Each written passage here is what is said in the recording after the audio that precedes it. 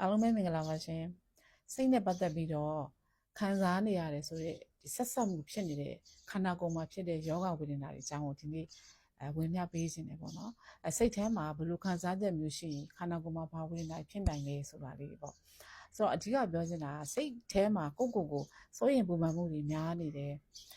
အများအားမဲ့တစ်ခုခုကိုစိတ်ပူနေတယ်ပေါ့နော်တောကတွေများနေတယ်ပြီးတော့အတွေးတွေကလည်းပဲအကောင်းတဲ့ဘက်ကိုချက်ချင်းမတွေးပေးနိုင်မင်းနဲ့အမြဲတမ်းမကောင်းတဲ့အရာတွေကိုပဲရွေးပြီးတွေးနေတယ်ဆိုတဲ့သူတွေကဘယ်လိုလက္ခဏာမျိုးတွေဖြစ်တတ်လဲဆိုလို့ရှိရင်အစာအိမ်နဲ့ပတ်သက်ပြီးတော့အစာအိမ်အောင်တာလေနာတာလေပွားတာဗိုက်အောင်တာဒါမျိုးလေးတွေဖြစ်တတ်တယ်အဲ့တော့တကယ်တော့အစာအိမ်ယောဂါကြီးဖြစ်နေကြလားဆိုပြီးတော့တွားပြီးတော့စစ်ဆေးမှုတွေအမျိုးစုံလုပ်ကြည့်တဲ့အခါမှာအစာအိမ်နဲ့ပတ်သက်ပြီးယောဂဝေဒနာတွေတိတိကျကျဘာမှမရှိနေဘူးတော့ဒါဆိုလို့ရှိရင်ဘာကိုပြောတာလဲဆိုတော့စိတ်နဲ့ပတ်သက်နေတဲ့အကြောင်းအရာမို့လို့ဒီလိုမျိုးဝေဒနာခံစားနေရတာဖြစ်တယ်ပေါ့နော်အဲ့တော့ဒွန်တီးတူစွာပဲနောက်တစ်ခုကဘာလဲဆိုတော့ကိုယ့်ရဲ့စိတ်ထဲမှာတစ်ခုခုဆိုလို့ရှိရင်မျိုးသိမ့်မှုတွေရမ်းများနေတာပေါ့နော်မျိုးသိမ့်မှုတွေများနေတယ်ရင်ဖွင့်ထုတ်ရမယ့်ကိစ္စကိုပြောတဲ့အရာကိုလည်းမပြောဘူးမပြောတဲ့အရာကိုလည်းမပြောဘူးပေါ့နော်ပြောချင်တာကဘသူကိုမှကိုဝေမျှပေးခြင်းမရှိတဲ့သူမျိုးပေါ့နော်တခုခုဆိုလို့ရှိရင်ဒီလောကဓာတ်နေခံစားနေရတယ်ဆိုရင်တော့မှကိုယ့်ကိုကြိတ်ပြီးတော့မှခံစားနေတယ်တရားရောက်ကိုရင်ဖွင့်လိုက်တာတရားကိုအကြံဉာဏ်ယူတာတိုင်မင်တာဒါမျိုးတွေမရှိဘူးကောင်းတဲ့အရာတွေဆိုလို့ရှိရင်လည်းပြန်ပြီးတော့ share ပေးဖို့အတွက်ဝင်လေးနေတယ်เนาะတခုခုဆိုရင်မျိုးသိပ်ထားတာများနေတယ်ပေါ့နော်မျိုးသိပ်ထားတာများနေတဲ့သူတွေ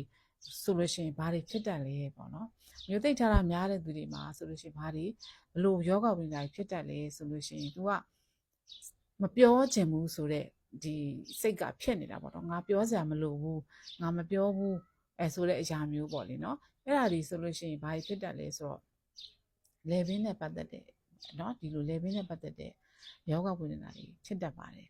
အဲ့တော့စကားပြောဆိုဖို့အတွက်ကိစ္စကိုစောင့်အားနေတယ်လို့မျိုး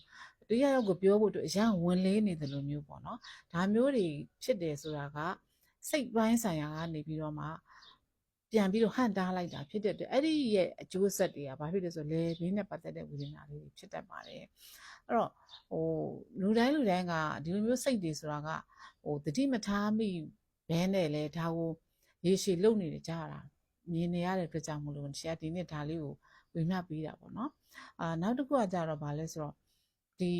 ကိုယ်စီမှာပေါ့နော်ဒီဟိုပါပေါ့နှလုံးသားရေးရာနဲ့ပတ်သက်တယ်မေတ္တာရေးရာနဲ့ပတ်သက်တယ်ပေါ့လေနော်မေတ္တာရေးရာမှာကိုလည်းမချစ်တတ်ဘူးအိမ်မွေးတိရစ္ဆာန်လေးတွေဆိုလည်းမချစ်တတ်ဘူးလူတွေအပေါ်မှာလည်းမေတ္တာမထားတတ်ဘူးပေါ့နော်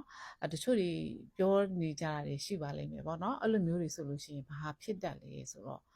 မေတ္တာတရားနဲ့ပတ်သက်ပြီးတော့အရင်ကြီးမခံစားတတ်တဲ့လူမျိုးတွေဆိုရင်ဘာတွေဖြစ်တတ်လဲဆိုရင်နှလုံးနဲ့ပတ်သက်တဲ့ဝေဒနာလေးတွေဖြစ်တတ်ပါတယ်အဲ့တော့ဘာကြောင့်ဆက်ဆက်မှုတွေရှိနေတာလဲဆိုတော့စိတ်ကအရေးကြီးဆုံးဖြစ်နေတာမို့လို့ပါเนาะစိတ်ကအရေးကြီးဆုံးဖြစ်နေတယ်ကိုယ့်ရဲ့စိတ်ထဲမှာမျှတဖြစ်အောင်မတွေးခေါ်တာမျိုးကိုယ့်စိတ်ထဲမှာအမြဲတမ်းပဲပူလောင်နေရတယ်အမြဲတမ်းပဲ stress တွေပဲရှိနေတယ်ပေါ့เนาะကောင်းတဲ့အရာတွေကိုတွေးဖို့အတွက်ကအရန်ကိုစူးစမ်းနေရတယ်ဆိုတဲ့သူတွေမှာဆိုရင်ဒီလိုယောဂဝိဒနာတွေဖြစ်တတ်ပါတယ်အဲ့တော့တစ်သက်လုံးပဲငယ်တဲ့ကနေပြီးအခုအသက်အရွယ်တစ်ခုရောက်တဲ့အထိမှာအများအားစိုးရင်ပူမှန်မှုတွေပဲဖြစ်နေရတယ် negative တွေကြီးပဲတွေးနေတယ်တခုခုဆိုလို့ရှိရင်ပူလောင်နေတယ်ဒါကိုယ်အဆင်ပြေမှုတွေရှိနေလဲပဲပူလောင်နေတာပဲเนาะပူလောင်နေအောင်တွေးတဲ့အပူတွေးတွေကစားအပူတွေ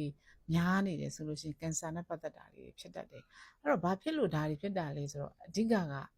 စိတ်နဲ့အများကြီးသက်ဆိုင်တယ်လို့ပြောချင်ပါတယ်အဲ့တော့စိတ်ပိုင်းဆိုင်ရာမှာဆိုလို့ရှိရင်ဒီလိုမျိုးတွေကဘာကြောင့်မို့သက်ဆိုင်မှုရှိနေတာလဲဆိုတော့ဒါကဒီချက်ပြောတဲ့စကားမဟုတ်ဘူးเนาะအနောက်နိုင်ငံမှာရှိတဲ့တကယ်ကိုစိတ်ပိုင်းဆိုင်ရာပညာရှင်တွေရဲ့ပြောထားတဲ့ဒီစာအုပ်တွေပေါ့နော်ချက်ဖတ်ပြီးတဲ့အခါကျတော့တကယ်လည်းထဲထဲဝင်လေ့လာတဲ့အခါမှာဒါတွေကအများကြီးသွားပြီးသက်ဆိုင်မှုတွေရှိနေတာကိုတွေ့ရပါတယ်အဲ့တော့ပြောချင်တာကဒီကျတို့ဒီလောကကြီးမှာအဓိကစိတ်တစ်ခုကအရေးကြီးဆုံးဖြစ်ပါတယ်ပေါ့နော်စိတ်တစ်ခုကအရန်ကိုအရေးကြီးတယ်အဲ့တော့ကိုယ့်ရဲ့စိတ်ပိုင်းဆိုင်ရာမှာအေးချမ်းမှုလေးရအောင် ပေါ့နော်အဓိကအေးချမ်းမှုလေးရအောင်ဘယ်လိုနေကြမလဲ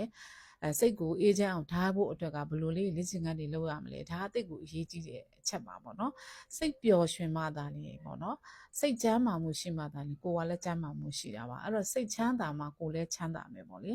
အဲ့တော့စိတ်ကအမြဲတမ်းမပူလောင်နေရတယ်စိုးရင်စိတ်တွေပဲဖြစ်နေတယ်ဆိုလို့ရှိရင်ယောဂဝေဒနာဆိုတာတစ်ခုမဟုတ်တစ်ခုကတွဲပြီးတော့ဖြစ်တတ်ပါတယ်အဲ့တော့အဓိကကတော့ကိုယ့်ရဲ့စိတ်ကိုအေးချမ်းအောင်ဘယ်လိုတွေလုပ်ကြမလဲပေါ့နော်အဲ့တော့အရင်ဆုံးဘာတွေလုပ်ရမလဲစိတ်ကိုပူပန်တတ်တယ်ဆိုတော့အကျင့်နည်းတွေကိုရော့နေအောင်ရော့တဲ့ရော့နေအောင်အတွေးတွေကိုပြောင်းပြရမယ်အဲ့တော့စိတ်အေးချမ်းမှုဆိုတဲ့အရာလေးတွေရွေးပြီးတော့လုပ်ပေးတာမျိုးလေးတွေကိုလေ့ကျင့်ခန်းလေးတွေကိုစပြီးလုပ်ပေးရမယ်ဆိုတော့ကျန်းမာမှုဆိုတာကလူတွေတချို့ကလေအတွင်းမှားနေတာကတခုခုကျန်းမာရေးတခုခုကို့မှာကျန်းမာရေးတခုချိုးရင်းပြီဆိုတော့မှကျန်းမာရေးကိုလိုက်စားကြတာများပါတယ်ရှင်နော်အဲ့တော့ကို့မှာဘာမှမဖြစ်သေးလို့ရှိရင်ဒီအရာတွေကငါနဲ့မဆိုင်သေးဘူးငါဘာမှလေ့ကျင့်ခန်းနဲ့ပတ်သက်ပြီး exercise တွေလုပ်ကြမယ်ကျန်းမာရေးအတွက်လိုက်စားတယ်ဆိုတာကမလုပ်ဖြစ်ကြသေးဘူးနော်လူတော်တော်များများလေနော်အဲ့တော့ကို့မှာတခုခုဖြစ်မှကျန်းမာရေးနဲ့ပတ်သက်ပြီးတော့လုပ်မယ်ဆိုတာကနည်းနည်းမှားရွံ့နေတယ်ပေါ့နော်အဲ့တော့ကို့မှာဘာမှမဖြစ်ဘူးကျန်းမာရေးလည်းကောင်းနေတယ်အရန်ကိုလည်းအချိန်တွေကောင်းနေတယ်ဆိုတော့အချိန်မှာပဲကို့အတွက်လိုအပ်တဲ့ကျန်းမာရေးအတွက်ဆိုတော့ဒီလေ့ကျင့်ခန်းတွေလုပ်တာနော်ကို့အတွက်ဒီကြိုတင်ကာဝယ်မှုတွေလုပ်တာနော်ဒါမျိုးတွေကလုပ်ကိုလုပ်တင်တယ်လုပ်ကိုလုပ်တင်တဲ့အရာတွေပါပေါ့နော်အဲ့တော့ပြောချင်တာကကိုတစ်ခုခုဖြစ်မှ